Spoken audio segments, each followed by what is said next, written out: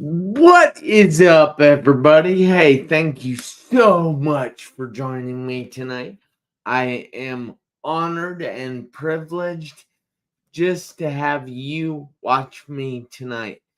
And well, my guests who I talked to earlier today, and I tried to make sure she knew about this show. um hasn't responded to any of my messages or my text message as of now, I guess. But so I guess I'm going to be, hold on, I think that's her.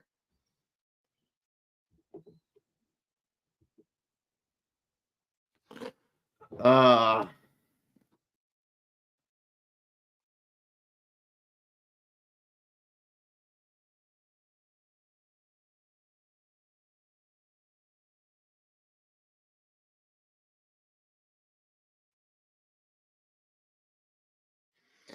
so guys, I have been at the Becoming the Best You conference in Kansas City. I'm so excited to come back from there and be able to tell you about it. And if you have seen any of my videos online, I believe, well, I know that my talk is up there that I gave.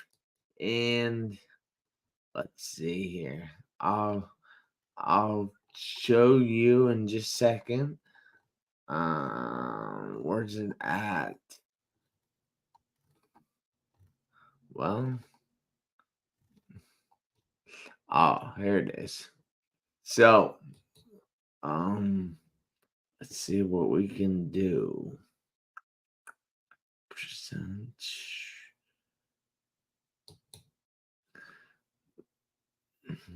Share screen. Hold on, guys. I'm working on it here.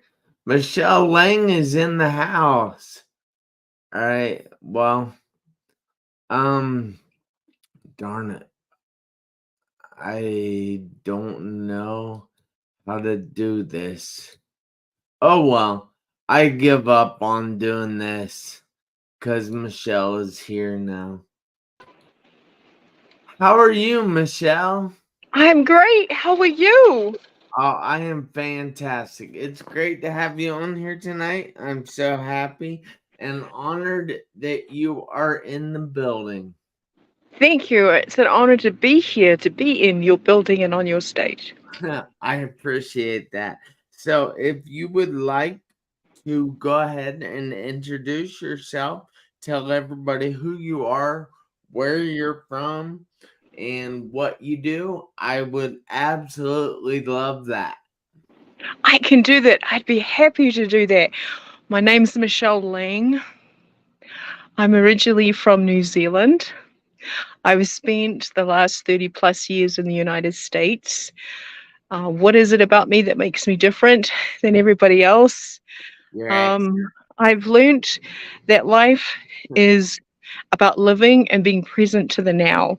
And that when you have that mindset of being present to the now and letting go of yesterday and not worrying about tomorrow, that when you deal with large life changing events and see the pocketfuls of sunshine, and that there is always hope, joy, and light in the most difficult of situations. And I've experienced many, many, many of them. And because I've experienced many of them, what makes me different is because I learned to find the hope and the joy and be aware and have awareness of me and who I am, and that labels and shoulding aren't an expression of what I do or live into. I'm an etheric artist, and I'm a ghostwriter, a copywriter, a mom of a special needs child, and a survivor of stage 3 breast cancer. So I Wow. am here to share my story and to inspire and uplift others, to give them an opportunity to hopefully gain some wisdom and know that there is possibilities. How's that? Yes, that sounds phenomenal. I happen to like that, and I mean my motto for life is make every second count. That's what this show is called, and the reason my motto is make every second count is because when I was 17, I nearly died in a car accident. And now I realize that instead of hoping for a second chance at life, that we need to make the most out of our one life. And there are 86,400 seconds in a day. And a lot of people look at me like I'm nuts when I say make every second count. But it's really not that hard.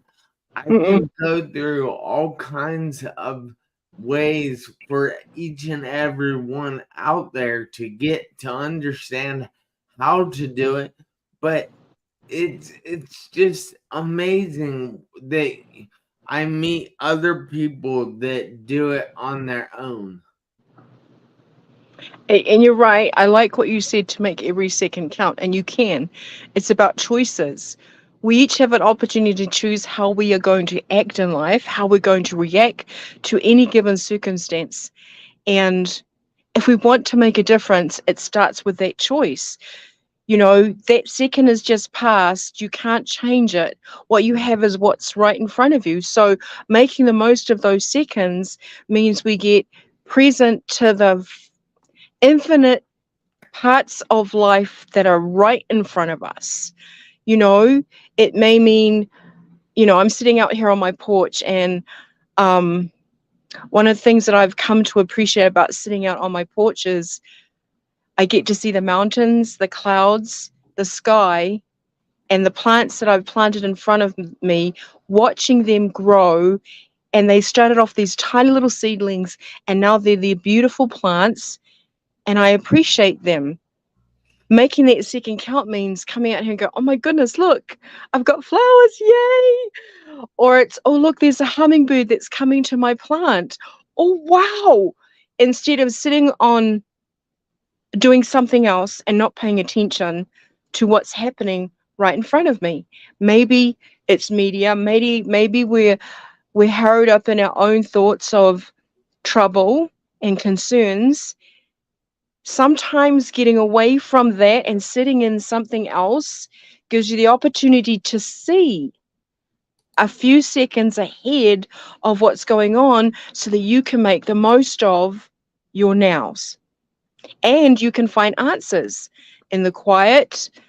When you take time to slow down and be present to your seconds, you can find answers to those things that might be plaguing you. Like right now, I'm talking to you, and there's a hummingbird that's buzzing in front of me, and I'm just sitting here going, oh, I'm going to get present to this, but also acknowledge that presence of that hummingbird and how much it thrills me. Allow myself to feel that moment. I can still be talking to you, but I can let my heart feel the joy of excitement of there's a hummingbird. Yay! That You is can amazing. be in the moment and feel the emotion, and create an energy flow that sustains you when things get difficult. And they do. But how do you get through that difficult? You sit in it, not the drama, but the moment where you truly get in touch with your emotions, and you allow yourself to feel it, process it, and figure out, what can I do to get to the next few seconds? How can I how can I find the good in the not so great? And there are So possibilities to do that.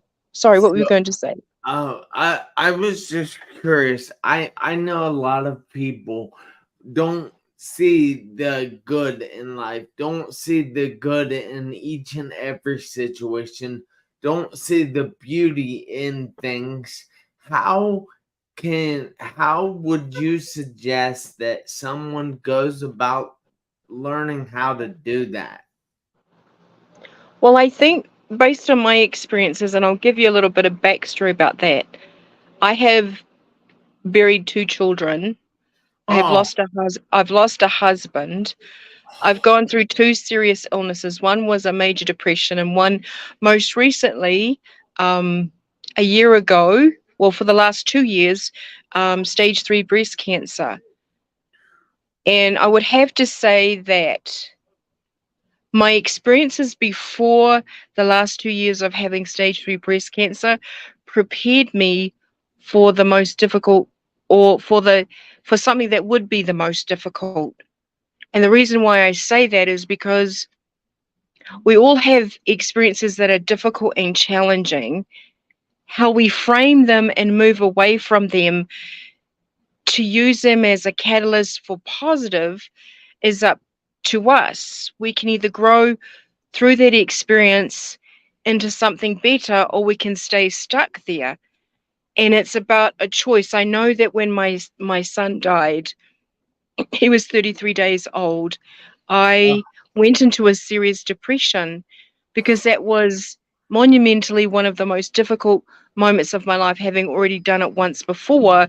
The second time was way too much for me to emotionally handle and process.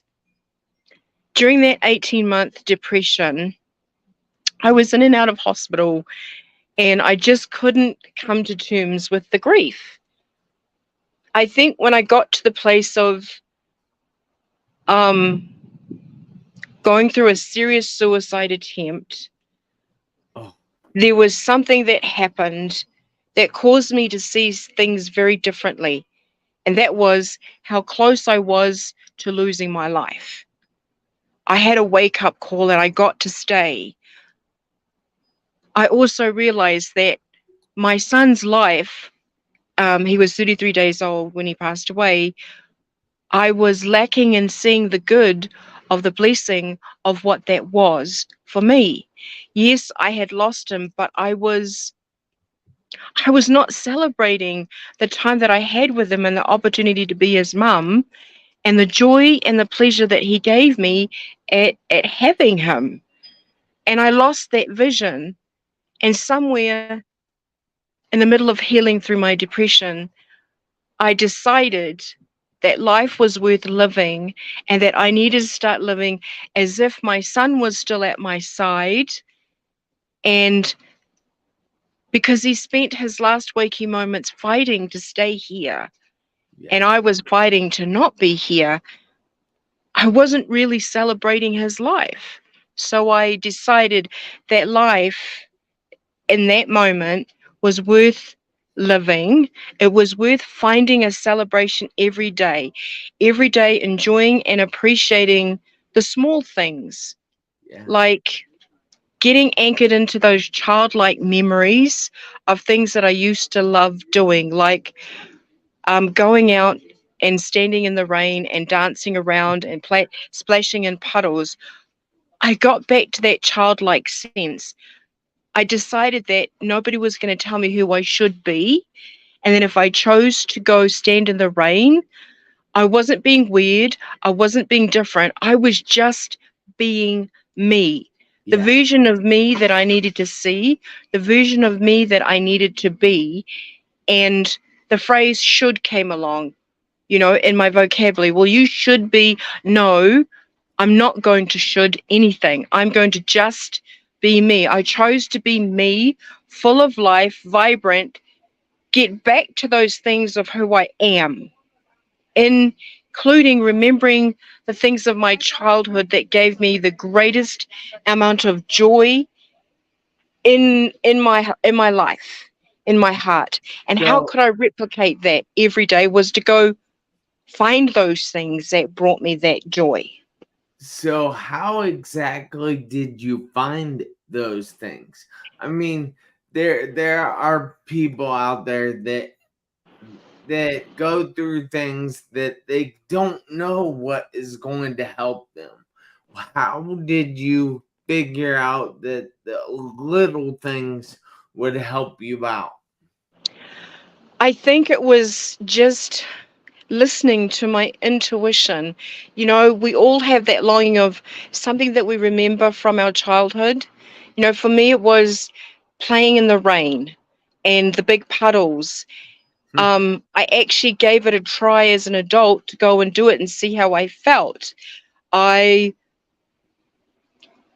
um, experimented on what I knew from the inside. Like, I've always wanted to um, paint. I think I'll try painting. Yeah. So my very first painting, I didn't have many supplies.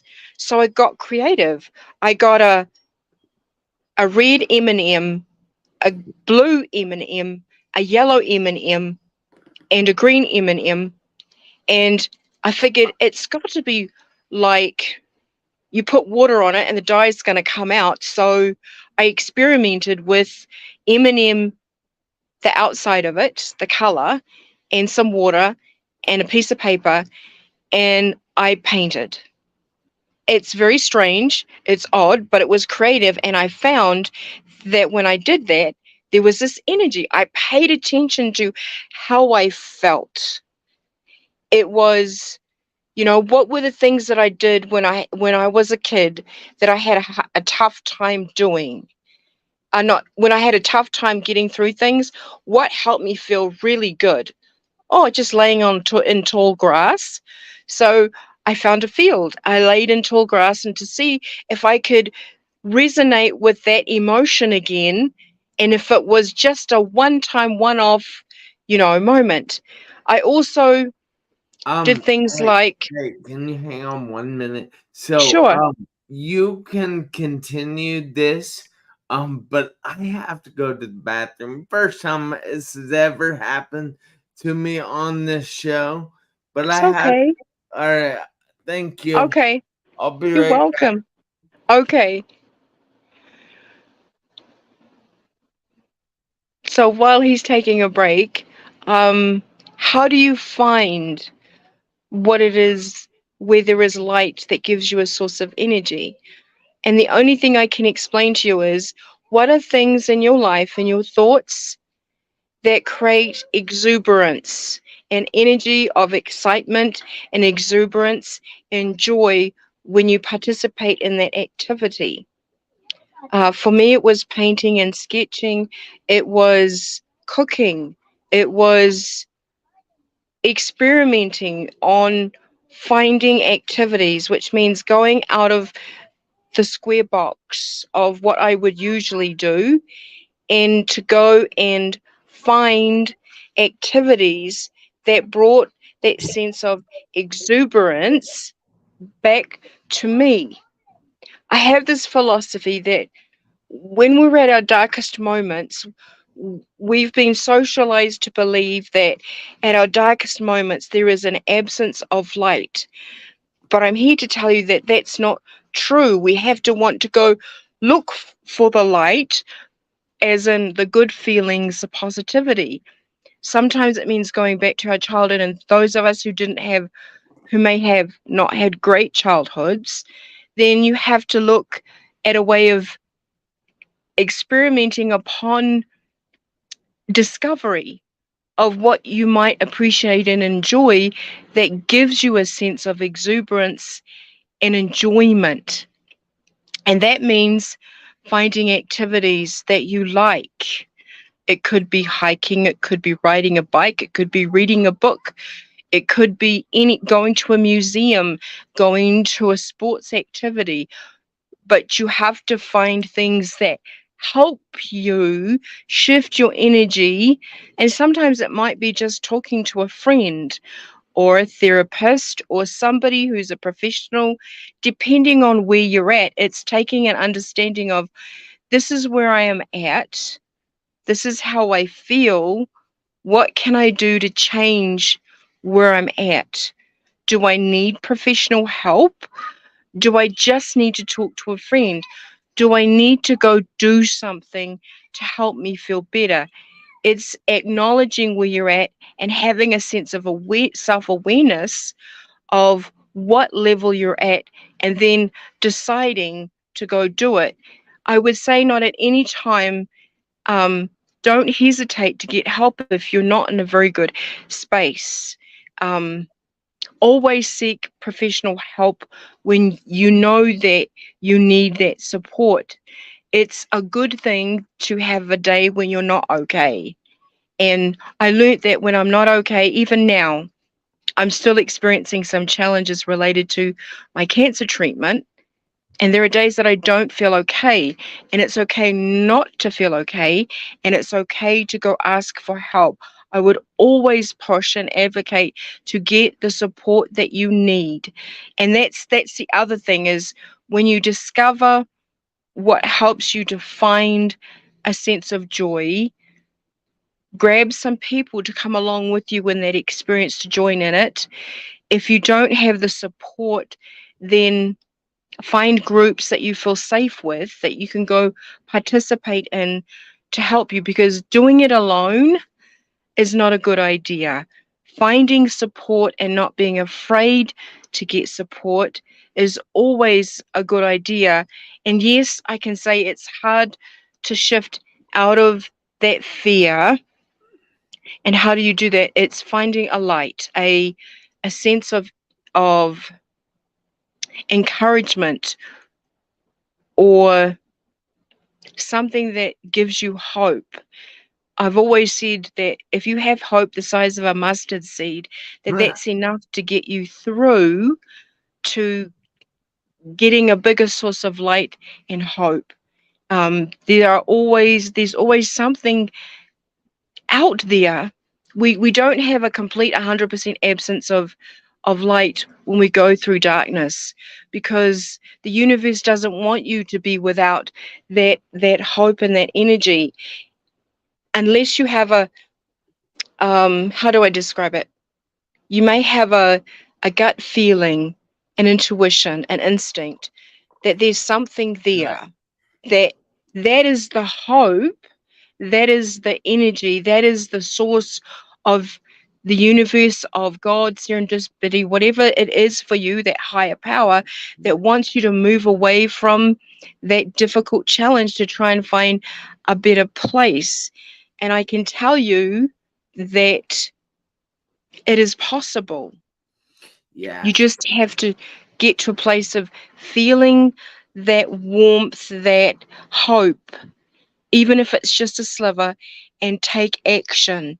And that by taking action, things will improve.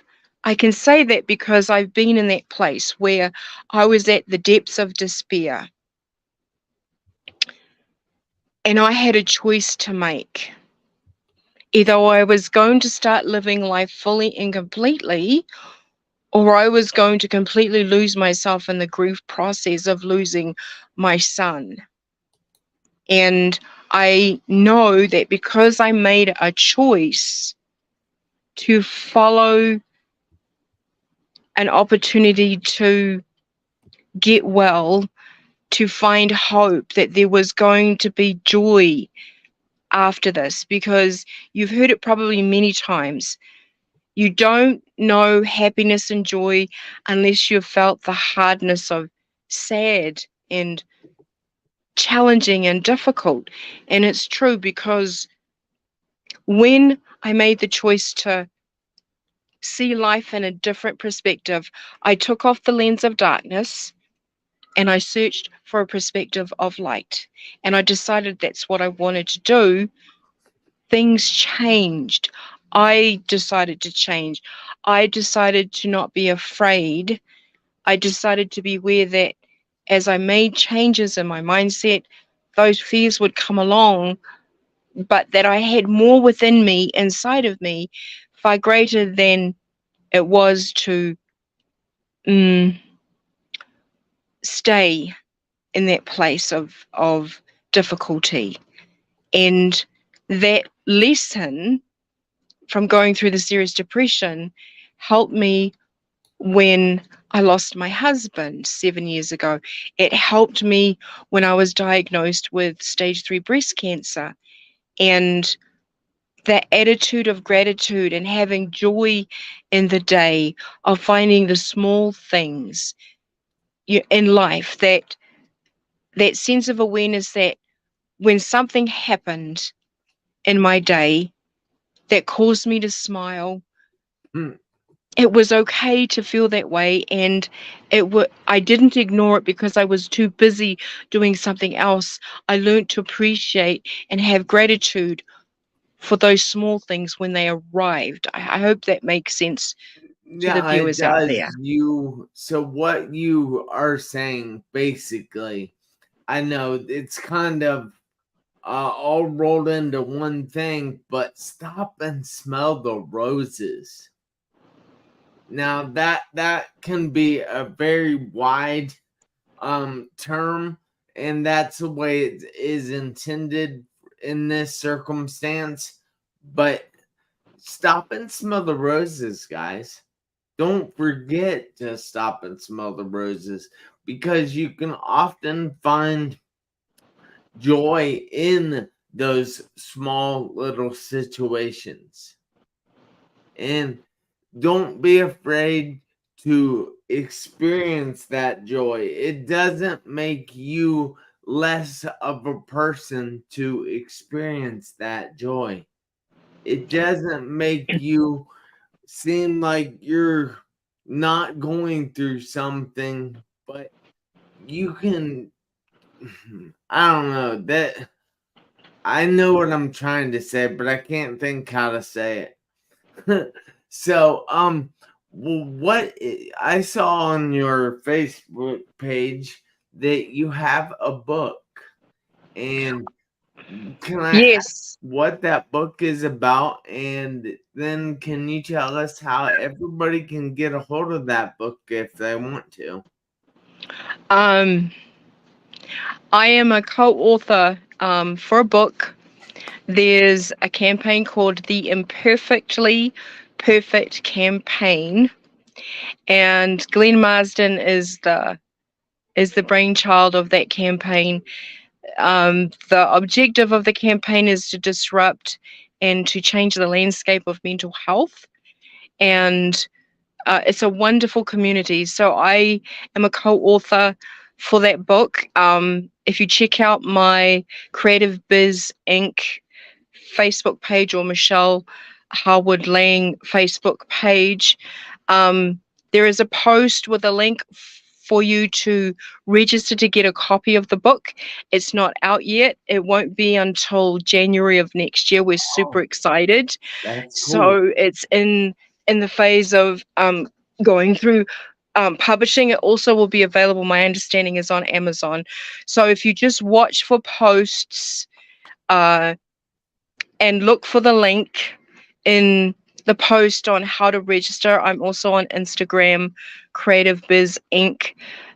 Also, Michelle Lang is there. You can register for the copy of the book. Also, if you have a story to tell that will inspire and uplift others, because the objective of the book, the Imperfectly Perfect campaign, um, Volume 1, is a series of authors and some celebrity endorsements and contributing authors who have written their own stories about their life challenges and what they've done to overcome. This book, I think, is a very great read. It will inspire you. It will give you a different perspective of what um, some people are going through, just regular folks like you. And then there's a handful of celebrities who are also sharing their stories in that volume as well. So that's how you can get a hold of it to register for the book. And if you're interested in sharing your story, there's also going to be a link. I'm actually going to be posting up today so a post about the book, and about if you want to be an author on the book, you can send in an application to be an author, and see they will go through the process of seeing how your story is and interview you and talk to you about your story, there's that opportunity as well. So it's the Imperfectly Perfect campaign, and it's volume 1. And that's what that book's about, is inspiring stories from people, some everyday people who've got remarkable stories, and then there's celebrities as well. So it's That going to is be an exciting awesome. book. And it's called Imperfectly Perfect Project or It's Imperfectly Perfect Campaign.org. campaign. That's the website that the book's associated with. There is an Imperfectly Perfect campaign on Facebook, so you can go look at the group, the book, the posts there about what Imperfectly Perfect campaign is doing. There's a newsletter that you can sign up for as well. So go to imperfectly perfect campaign.org, and you can read about what Glenn Marzin's doing to shift the landscape of mental health and changing the conversations in everyday conversation for all walks of life. He has a phenomenal amount of celebrities who are supporting his campaign, but not only that, he's building a community to create awareness where everyday people can come together. And so, much like the book, the Imperfectly Perfect campaign volume 1 series of a series of books. This is the first one that will be launching in January. I'll put up a post tonight if you want to check out the book to register for a copy, or if you want to see if you're a good fit to be an author and have a story to share. Yes, that is awesome. Thank you for letting us know that. I know there's a lot of people out there that have stories that they need to share, and getting in a compilation book is definitely worth its price in gold. So It is. I thank you so much, Michelle. I know this has been a great show and I've enjoyed it. So I just want to say thank you for taking the time out of your busy evening to be here with me. I'm honored to be here with you. You inspire me, that there are many things possible, and that we can put aside our life challenges and make something of it. We can flip it to create a positive pivot point and flip it to something amazing. And, before I came on the show, I, read about your story, and I'm just like, he's saying yes to life, yes to everything. So bravo to you. I'm honored to be here to share my story and what I'm doing, but you inspire me. Thank you. Thank you. I appreciate that. Hey, you guys out there, including you, Michelle, have to do me a favor this week, next week, and for the rest of your life. Sure. I need you to make every second count. Why? Because you never know when the seconds are going to run out on your one life.